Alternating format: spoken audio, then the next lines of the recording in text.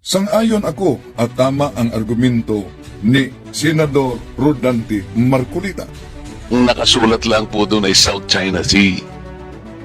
Hindi po naman nangangahulugan na pag sinabi natin South China Sea, pag-aari na ng China yon. In the same manner, Mr. Chair, yung Indian Ocean, hindi po pag-aari ng India yon.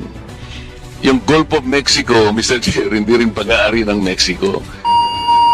Kaya hindi dahil nakapangalan sa Iglesia ni Cristo, si Cristo na ang may-ari nito. Alin ang pipiliin ninyo? Ang iglesyang gumagamit lang sa Roma 16:16, ngunit inaamin na wala silang kaugnayan dito? Church of Christ mentioned in Romans 16:16 is not meant for us, but for the Church of Christ established during the first century. Ang tanong dito, sino ba ang unang iglesia ni Kristo? Sinabi ng kanilang ministro, At ang Iglesia Katolika bilang isang organisasyon o samahang pangrelihiyon, yan po ang organisasyon pagka sinusi pabalik, yan ang dating Iglesia ni Kristo. Yan ang dating Iglesia ni Kristo. may iglesia bang namamana? Alam ba ninyo kung bakit bago namatay ang tagapagtatag sa iglesia ni Kristo na si Mr. Felix Manalo, pinili ang anak na si Eranio Manalo na susunod na mamahala sa iglesia ni Kristo?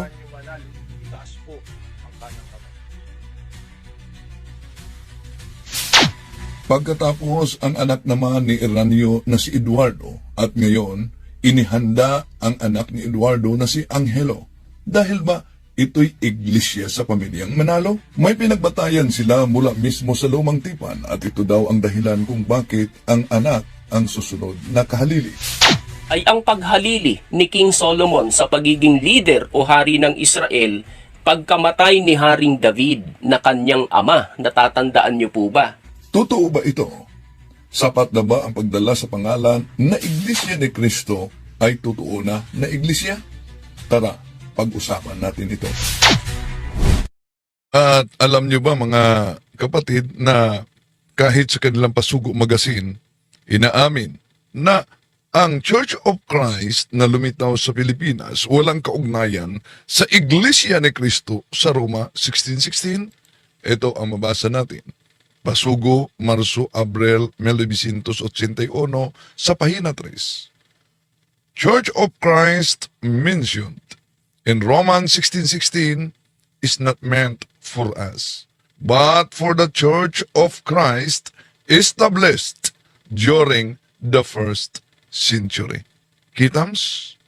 Nasa kanilang Pasugo Magazine yan. Kaya ang tanong, bakit ba pag ang pag-uusapan ay Iglesia ni Cristo, kahit mga aklat Katoliko, pinagchap-chap nila? Naalala ninyo yan? Kahit mga aklat Katoliko, pinagchap-chap tulad dito. Ano pa ang patotoo ng librong ito at Aklat Katolika tungkol sa Iglesia ni Cristo? Sa page 39 naman po, ganito sinasabi, whoever he is and whatever he is, he who is not in the Church of Christ is not a Christian. Kaya sa pagkakataong ito, sasagutin natin, samahan ninyo. Tama talaga ang argumento ni Senador Marcolita noon na si congressman pa, na ano daw, hindi ko mo nakapangalan ng sa isang pangalang, halimbawa, South China Sea. Ay, anong sabi niya? Ay pinag-aari na sa China. Balikan natin ang pahayag ni Marcolita kaugnay dyan. Sandali. Balikan natin ang kaniyang pahayag. At may argumento sila kung bakit daw na napasapasa sa mga anak yung pamumuno ng iglesia. May ginamit silang talata sa lumang tipan. At ito'y tatalakayin natin. Balikan muna natin. Sang-ayon ako at tama ang argumento ni Senador Rodante Marcolita. Ang nakasulat lang po doon ay South China Sea. Hindi po naman nangangahulugan na pag sinabi natin South China Sea, pag-aari na ng China yon. In the same manner, Mr. Chair, yung Indian Ocean, hindi po pag-aari ng India yon. Yung Gulf of Mexico, Mr. Chair, hindi rin pag-aari ng Mexico. Kaya hindi dahil nakapangalan sa Iglesia ni Cristo, si Cristo na ang may-ari nito. May iglesia bang namamana? Alam ba ninyo kung bakit bago namatay ang tagapagtatag sa Iglesia ni Cristo na si Mr. Felix Manalo, pinili ang anak na si Eranio Manalo na susunod na mamahala sa Iglesia ni Cristo?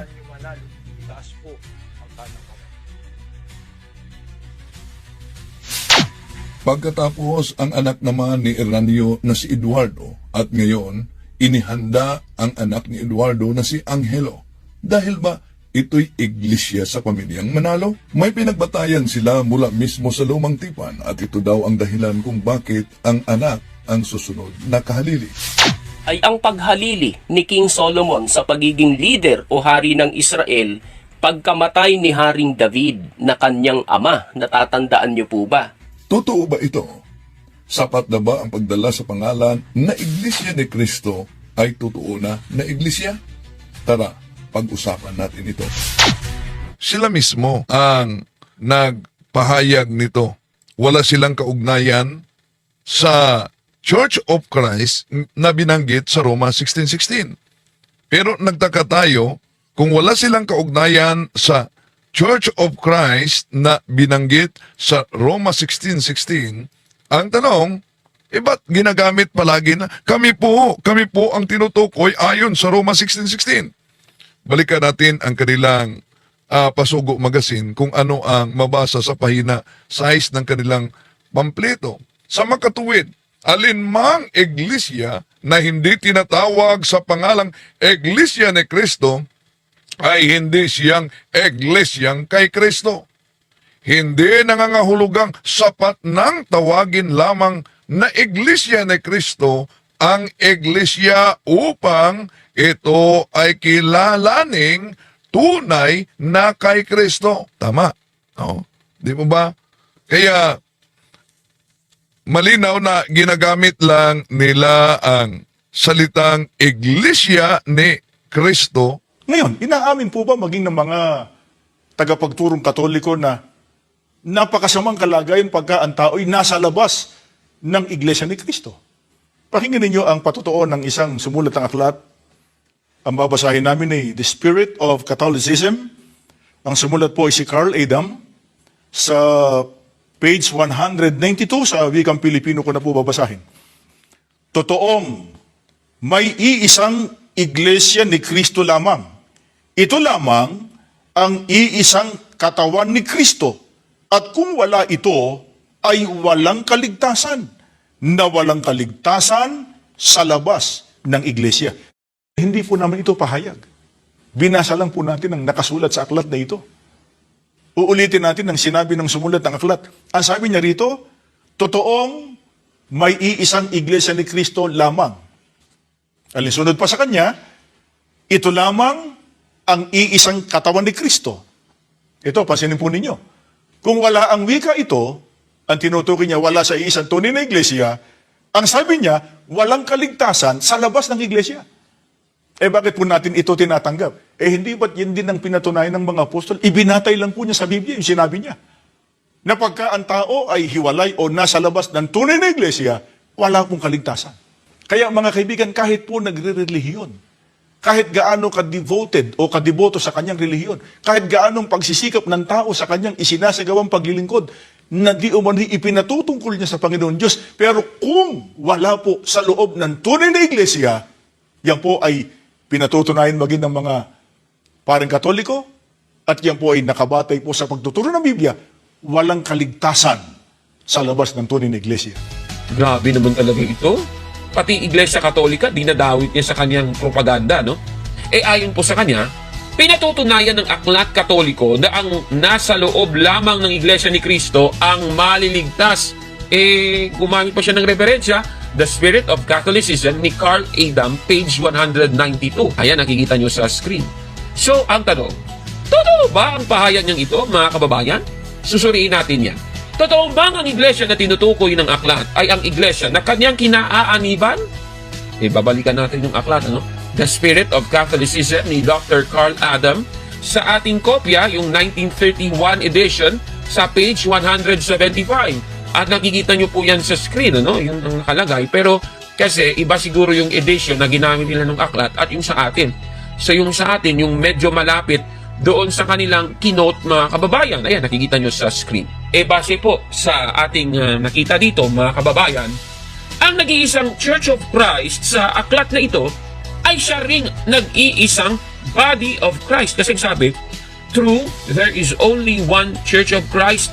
She alone is the body of Christ, and without her, there is no salvation. Ibig sabihin, yung nag-iisang Church of Christ sa nasabing quotation ay siya ring nag-iisang body of Christ, mga kababayan. Ano ba ang tinutukoy na Church of Christ, na siya ring body of Christ na nag-iisa, sa nasabing aklat na ito? Ang tinutukoy ba na Church of Christ, na siya ring body of Christ, sa nasabing aklat na ito, ay ang iglesia na kinaaaniban ni Victor Sandoval? Susuriin natin yan. Babasahin natin naman dito sa page 159. Sa aking kopya, ganito po ang ating mababasa. The Catholic Church as the body of Christ, as the realization in the world of the kingdom of God, is the Church of humanity. Napakaliwanag po ng ating nabasa. Ang nag-iisang body of Christ, na siya ring Iglesia ni Cristo na nag-iisa, ay ang Iglesia Katolika, mga kababayan. At tama po yun, yung talagang aral ng Iglesia Katolika. Ang nag-iisang Iglesia ni Cristo ay ang Iglesia Katolika Apostolika Romana. Ayon po sa Catechism of the Catholic Church, paragraph 811, mga kapatid. Kaya ang Iglesia ni Cristo sa aklat ng kanyang binasa, base po sa ating napangalaman, ay siya pong Iglesia Katolika, mga kapatid. Ibig sabihin, dahil ang Iglesia Katolika ay ang secondary cause of our salvation, ay meron po tayong kasiguraduhan na kung gagawa tayo ng mabuti talaga, ay tayo po'y maliligtas dahil kaanin po tayo sa tunay na iglesia na itinayo ng ating Panginoon Hesukristo. Kaya itong pahayag na ito ni Victor Sandoval, Hindi po naman ito pahayag. Binasa lang po natin ang nakasulat sa aklat na ito.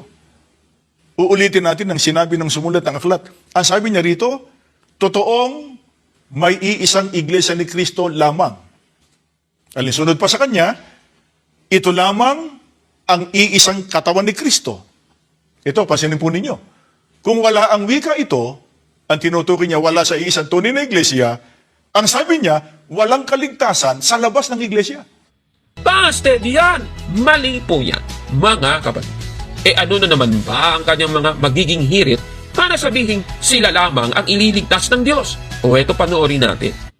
Maging sa patotoo ng iba't ibang otoridad, halimbawa ng Iglesia Katolika at ng mga Protestante, ano ang masamang kalagayan ng tao pagka hiwalay o hindi kaanib sa iglesyang itinatag ng ating Panginoon Kristo? Ang babasahin namin sa inyo ay aklat ng Iglesia Katolika na pinamagatang The Papal Encyclicals, edited by Anne Fremantle, sa page 153. Ang Iglesia ni Kristo na banal na itinatag sa kapakanan ng mga kaluluwa at nang walang hanggang kaligtasan, pinatutunayan po ng mga otoridad Katoliko. Ang Iglesia ni Kristo, anya, ay itinatag para sa kaligtasan. Ayon po sa ating napanood, pinatutunayan na naman daw ng isa pang aklat Katoliko na ang nasa loob lamang ng Iglesia ni Cristo ang maliligtas. Siyempre, yung Iglesia ni Cristo na kanyang ipinapalitaw, yung Iglesia na kanyang kinaaaniban, mga kapatid. At yung binasa niya, The Papal Encyclicals in their Historical Context ni Anne Fremantle, page 153. Ang tanong, totoo ba ang kanyang mga pahayag na ito? Sige, susuriin na natin. Bubuklatin natin ang aklat, The Papal Encyclicals in their Historical Context ni Anne Fremantle, page 153, na isinulat noong 1956. Ito po yung kinote niya. Nakikita niyo po sa screen yan. the Church of Christ, which has been divinely instituted for the sake of souls and of eternal salvation. Anong iglesia kaya ang tinutukoy ng phrase na Church of Christ sa aklat na ito, mga kapatid? Babalikan natin yung aklat sa page 153. Ito, babasahin natin sa inyo yung nasa taas at yung nasa baba. Yung surrounding context, Ito po ang ating mababasa. Venerable brothers, it is surprising that in our time, such a great war is being waged against the Catholic Church. Kaya sa unang bahagi, ang sinasabi, mga kababayan, meron palang isang gera na nangyayari laban sa Iglesia Katolika. Ngayon, ano ba yung gera na tinutukoy at anong iglesia ba yung kinakalaban nung mga sinasabing kalaban nung iglesia na yon? Sabi dito sa baba, it is from them that the synagogue of Satan, which gathers its troops against the Church of Christ, takes its strength. Yung participants pala nung gera na binabanggit sa taas, yun po yung mga kasamahan ni Satanas at yung iglesia ni Kristo. Ibig sabihin, yung tinutukoy na Church of Christ sa baba, yung Catholic Church, mga kababayan. Klarong-klaro po yan. Ibig sabihin, ang tinutukoy pala ng phrase na Church of Christ sa aklat na ito ay ang Iglesia Katolika. Mga kababayan, uulitin natin, yan po ang ating aral. Catechism of the Catholic Church, paragraph 811. Ang nag-iisang Iglesia ni Cristo ay meron pong one, holy, Catholic, at apostolic sa kanyang marks, mga kababayan. Kaya tama, ang Iglesia ni Cristo sa aklat na kanyang binasa ay ang Iglesia Katolika, mga kapatid. Kaya itong binabanggit ng ministrong ito, Pinatutunayan po ng mga otoridad Katoliko. Ang Iglesia ni Cristo anya ay itinatag para sa kaligtasan. ang masasabi ni Cabornok dyan, busted yan! Nako Ibig sabihin po, ang Iglesia Katolika talaga ang tunay na Iglesia ni Cristo na dapat pong aniban ng tao, mga kapatid. At ang magsasabing hindi po Iglesia Katolika ang nag-iisang Iglesia ni Cristo, ayon po sa Kawikaan 14:18, yung nagsasabi ng Iglesia Katolika ay hindi daw Iglesia ni Cristo yon, kamangmangan po yun, wala pong alam yun, mga kababayan. So, di ba tayan na pag Iglesia ni Cristo, dala ay kay Kristo na? Tanong. Alam naman natin na ang ginagamit nila palagi ay Roma 16:16. Di ba? Ito, mangagbatian kayo ng banal na halik, binabati kayo ng lahat ng Iglesia ni Cristo. Kaya sa kanilang paggamit dito, gagamitin nila, pinag-chop-chop nila, mga kapatid, yung mga aklat Katoliko na nauna nating inihayag na ninyo. Kung gusto ninyo, nasa uploaded na yan, tinatalakay natin. So, since Iglesia ni Cristo, yung pangalan ng kanilang grupo na itinatag ni Felix Manalo dito sa Pilipinas sa Punta Santa Ana, Manila, kaya sabi nila, kami ang tinutukoy. Pero alam niyo na yung Roma 16:16, sila mismo ang nagsabi na hindi at walang kaugnayan sila. Ganon din, ang Roma 16:16, kung tingnan natin mga kapatid, small letter, hindi capital letter yan. No? Churches of Christ ang nakasulat. Ibig sabihin, isa lang yan sa bahagi sa tinatawag na descriptive terms, paglalarawan sa tunay na iglesia at hindi yan proper name na nakasulat na official name. Kahit sabihin niya, meron namang salin na Biblia at Biblia ng Katoliko na ang nakasulat ay capital C, proper name, descriptive name, descriptive term ang naturang nakasulat. At ang tunay na iglesyang tatag ng ating Panginoon Jesucristo, babala ng ating Panginoon Jesucristo, San Mateo 24:24, na di yan makilala mga kapatid sa kanyang pangalan dahil maraming magsisilitawan at magdala dito. So, yun, isa na si Felix Manalo at yung delusional nila na pangalan basta mabasa lang Roma 16:16 at gamitin ang mga aklat Katoliko. Pero alam niyo, ang daming mga nagamit sa pangalang Church of Christ na nauna pa kaysa kay Felix Manalo. Ano yung grupo na yan, mga kapatid? Walang iba. Yung Church of Christ na itinatag noong 1930 ni Ezra Both. Una pa yan kay Felix Manalo. May Church of Christ na itinatag ni Hiram Page sa taong 1842. May Church of Christ na itinatag ni William Chavis sa 1830. Nauna pa yan kay Felix Manalo, mga kapatid. Oh. So, napansin ninyo na di batayan na pag ang isang grupo nagdala sa pangalan ng ating Panginoong Hesukristo, yon ay tatag na ng ating Panginoong Hesukristo. Bakit? Kahit sa Pasugo Magazine nila, ito ang mabasa. Pasugo Magazine, Mayo 1997, page 11, way back on July 27, 1914. The Church of Christ was registered with the Philippine government. The registration papers state, among other things, that Brother Felix Y. Manalo is the founder of the Iglesia ni Cristo. See? Yun ang malinaw na pag-amin sa kanilang Pasugo Magazine na ayon sa SEC registration, mga kapatid, sino ang nagtatag? Walang iba, si Felix Manalo. Pero may kontrahan sa kanilang Pasugo Magazine. Bakit? Ito'y atin lang inilahad para sa mga kapatid natin na nagsisiyasat at naghanap sa tunay na iglesia na tatag ng ating Panginoon Jesucristo.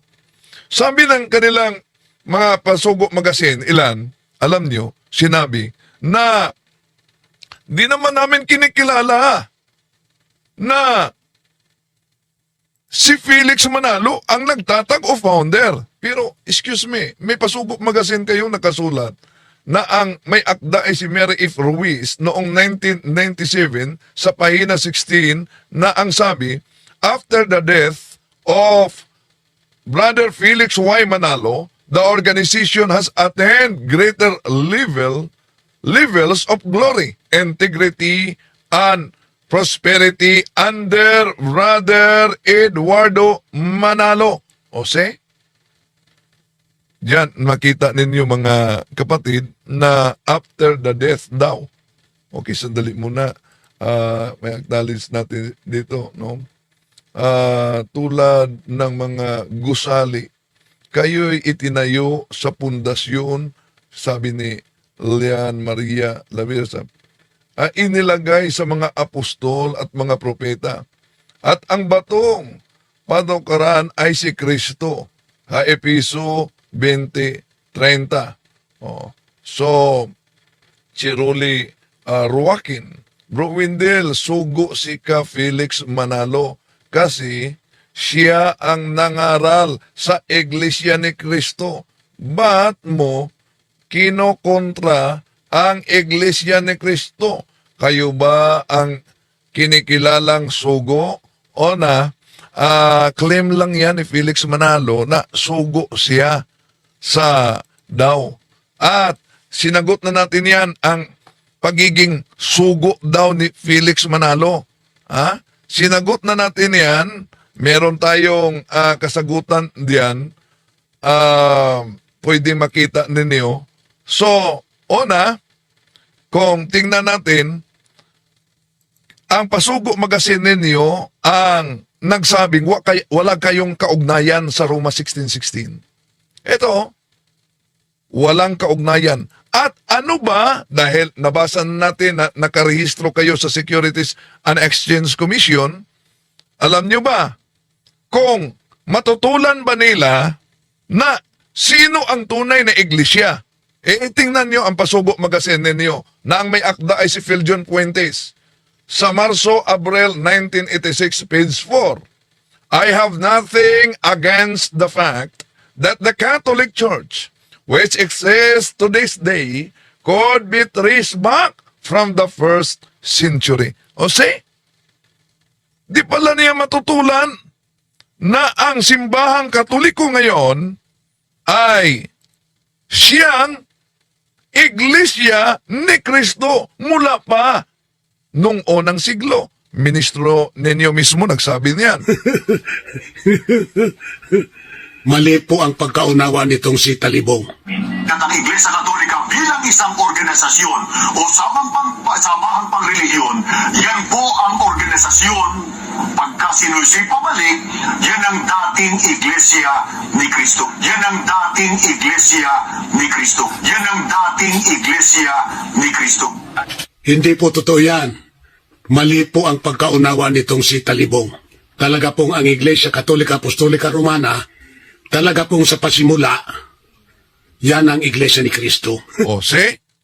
Talaga pong sa pasimula, ang Iglesia Katolika, yan po ang Iglesia ni Kristo. Kaya dito mga mahal na kapatid, buksan nyo sana ang isipan ninyo, no, lalo na sa ating mga kapatid na palaging nagsubaybay, buksan niyo. No? Dahil sa pamamagitan nito ay makikita ninyo talaga ang katotohanan. So, kung ginagamit nila ang mga aklat Katoliko na nauna nang sinagot natin mga kapatid at sinagot ni Kabornok din, ibig sabihin, ginagamit ninyo ang Roma 16:16. Anong tawag diyan? Kahit nasa pasugo na ninyo na wala kayong kaugnayan, ang tawag diyan ay squatter. Okay. Anong dahilan kung bakit napasa-pasa ang tawag ay dynastic succession? Napasa-pasa ang pamamahala sa anak at may argumento sila ito. Kamakailan lamang ay nanumpa bilang Deputy Executive Minister ng Iglesia ni Cristo ang anak ni Ka Eduardo Manalo. Ginanap ang panunumpa sa lokal ng iglesia dyan sa Navotas na sa pagkakaalam ko ay sinaksihan maging sa live streaming ng mga kapatiran sa iba't ibang lugar, dito man sa Pilipinas at sa ibang bansa. Oh, yan. Pinaghandaan na siya ay magiging susunod na kahalili sa kanyang ama. Mula kay Felix Manalo, pinalitan ni Ranio Manalo, ni Eduardo Manalo, at ngayon si Angelo ay nagiging deputy na. Ano ba ang batayan? Ang batayan, meron siya mga binanggit dito, lalo na sa mga kasamahan niya na meron daw umanong umanib sa INC pero nasa ibang planeta. Okay. Dito lang muna tayo sa kanya. Ito ang dahilan kung bakit si Felix Manalo na founder ng Iglesia ni Cristo, pagkamatay, ang anak niya, pagkatapos ang anak na naman. Pumalit sa leader ng iglesia. Ganon. Gaya daw ni Moses na si Aaron, na hindi raw niya kaano-ano ang itinalagan niyang pumalit sa kanya sa pangunguna sa Israel sa panahon ng Exodus. Ulitin natin yon. Hindi raw kaano-ano ni Moses si Aaron. Hindi ka dugo, hindi ka mag-anak, ganon. Totoo ba yon? According to the Old Testament of the Bible, Aaron was an Israelite prophet, a high priest, and the elder brother of Moses. Mali si preacher. Kawawa naman. Nagtuturo ng salvation, daan ng kaligtasan ng kaluluwa. Pero, simpleng kaalaman sa Biblia ay hindi alam. Nako, pag ganyan ang tagapangaral nyo, ilayasan nyo na. Hindi langit ang destinasyon nyo. Somewhere else. Baka sa kabundukan ng tralala. Ang nagsabi dito ay ang kaanib sa iglesia ni Felix Manalo na si Moises, pumalit sa kanya ay si Aaron. Tanong, na namatay si Aaron, may mabasa ba yung anak niya ang pumalit? At pagkamatay, yun namang anak niya ang pumalit. At nagpatuloy ba yan hanggang sa panahon ng mga apostol? Hindi. Tignan natin, sisilipin natin. At mayroon pang argumentong ginagamit. Yung pagkamatay ni King David. Ituloy natin. Baka magpalusot si preacher at ang mga kauri niya. Makabawi ba? At least sa kapatid ni Moses, ipinagkatiwala ang liderato, hindi sa anak. Oo nga naman. Wow talaga. Paano ngayon yan? Makakabawi ba si preacher na pakialamero? Mga kababayan, kung totoo man po na kay Aaron na kapatid ni Moses, ipinagkatiwala ang pangunguna sa Israel sa panahon ng Exodus, nung nawala si Moses at hindi sa anak niya, gaya ng sinasabi nung bumabatikos na mangangaral, eto ang tanong, batas ba yun? Ulitin nga po natin, batas po ba ng Diyos yun? Tuntunin po ba yun? Polisiya ba yun ng Diyos na hindi dapat ang anak ng leader ang pumalit sa kanya pag wala na siya? Hinihintay kong basahin nung preacher sa Biblia na ginamit niyang sangkalan sa kabulastugan niya na ipinagbawal ng Diyos ang ganong gawain. Wala akong narinig na binasa at hindi siya nagbasa ng Biblia. Ang tanong, kung walang ganong mababasa sa Biblia, kabawalan sa leader na ang anak niya ang pumalit sa kanya pag wala na siya, paanong naging mali ang INC sa pagpapanumpa kay Ka Angelo Iranio bilang kapalit ni Ka Eduardo Manalo pagdating ng araw? Paano naging mali ang INC sa bagay na iyon? Magiging mali lamang ang INC kapag may ganong kabawalan. Unfortunately, sa mga masasama ang loob, ay wala pong ganon. Katunayang walang ganong kabawalan sa Biblia ay ang paghalili ni King Solomon sa pagiging leader o hari ng Israel pagkamatay ni Haring David na kanyang ama. Iyan talaga ang dynastic succession, lalo na sa kaharian. Pero, after King Solomon, yung anak niya na si Jeroboam, after kay Jeroboam, no? Balikan muna natin yung kay Joshua. After ni Moses, si Joshua. Ang tanong, after ni Joshua, sino ba ang humalili? Anak ba niya? Di po ba? There was no single leader who took over after the death of Joshua. At yun ang pinagbatayan nila. Balikan natin ang kay King David, na ang humalili sa kanya ay ang kanyang anak na si Salomon. At pagkatapos ni Salomon, yung anak niya na si Rehoboam ang pumalit. Pero, alam niya, nang pinalitan na ni Rehoboam, ang kanyang kaharian ay nahati sa dalawang kaharian. Yung Northern Kingdom of Israel ruled by Jeroboam at yung Southern Kingdom of Judah ruled by Rehoboam. Yon sa mga anak, mga kapatid na hati-hati yan. Pero ang tanong, kung tingnan natin ang Biblia sa panahon mismo ng mga apostol, di po ba si Apostol Judas na nagkaluno sa ating Panginoong Hesus, anong nangyari? Dahil siya nagpatiwakal, pinalitan siya.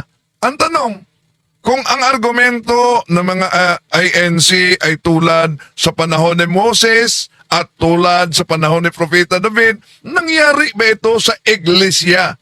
Na ang tinutukoy nila, tunay po na ang Iglesia ni Cristo ay ang simbahang Katoliko sa unang siglo. Nangyari ba na ang kahalili dapat anak? Halimbawa, nung namatay si Judas, pinalitan siya. Ano pang ginawa ng mga apostol? Silipin natin. Gawa ng mga Apostoles, Kapitulo 3, versikulo 23-26. So, they dominated two men. Joseph called Barsabas, also known as Justus, and Matthias. Then they prayed, Lord, you know everyone's heart. Shew us which of these two you have chosen to take over this apostolic ministry which Judas left to go where he belongs. Then they cast lot, and the lot fell to Matthias. So he was added to the 11 apostles. Ang tanong, si Matthias ba ay anak ba ni Judas? O, yan. Ginawa ba yan sa mga apostolis na noong namatay sila, pinalitan sa kanilang anak? Wala.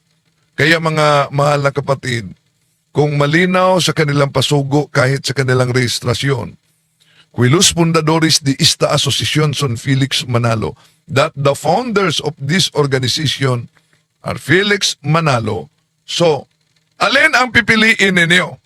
Ang iglesyang gumagamit lang sa Roma 16:16, ngunit inaamin na wala silang kaugnayan dito? Kung inaamin nila na wala silang kaugnayan sa Roma 16:16 dahil ito ang nakasulat, Church of Christ mentioned in Romans 16:16 is not meant for us, but for the Church of Christ established during the first century. Ang tanong dito, sino ba ang unang iglesia ni Kristo sa unang siglo? Kanilang pasugo magasin din, nagsabi, mga kapatid. I have nothing against the fact that the Catholic Church, which exists to this day, could be traced back from the first century. Kaya, tama ang sinabi ng kanilang ministro na ano daw, Mali po ang pagkaunawa nitong si Talibong. At ang Iglesia Katolika bilang isang organisasyon o samahang pangrelihiyon, yan po ang organisasyon pagka sinusi pabalik, yan ang dating Iglesia ni Kristo. Yan ang dating Iglesia ni Kristo. Yan ang dating Iglesia ni Kristo. Hindi po okay, yon inaamin na nila, pero nabasa ko dito na ang iglesia ni Kristo daw patuloy lumakas dahil yun umano ang maling argumento. Bakit? Di po ba kahit ang kay Kibuloy lumakas din? Ibig ba sabihin kay Kibuloy totoo na? Kahit ang Islam lumakas din. Ibig ba sabihin yung tatag ni Muhammad totoo na? Yung Church of Christ ni Alexander Campbell lumakas din. Yun po ba, ibig sabihin, kahit ang Seventh-day Adventist, lumakas din, pinanggalingan niya ni Felix Manalo. Yun po ba ang batayan? Dahil lumakas, tunay na. Ang katotohanan, may babalang ating Panginoong Hesus. San Mateo 24:24 na marami talagang madaya sa paglitaw nitong mga bulaang mga ngaral sa ating panahon. Kaya ulitin ko mga mahal na kapatid, ang pagdadaya ay maranasan talaga sa iba't ibang paraan. Pero alam niyo, napaka-delikado pag madaya tayo sa pananampalataya. Dahil nanganganib pati ang ating kaluluwa.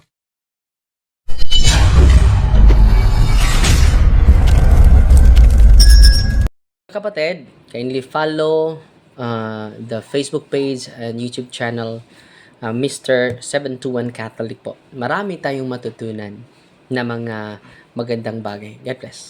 Magandang araw mga kapatid. Ako po si Earl John Mula. Sakristan po ako ni Father Darwin. Ini-invite ko po kayo na mag-follow and subscribe sa YouTube channel ni Mr. 721 Catholic. God bless po.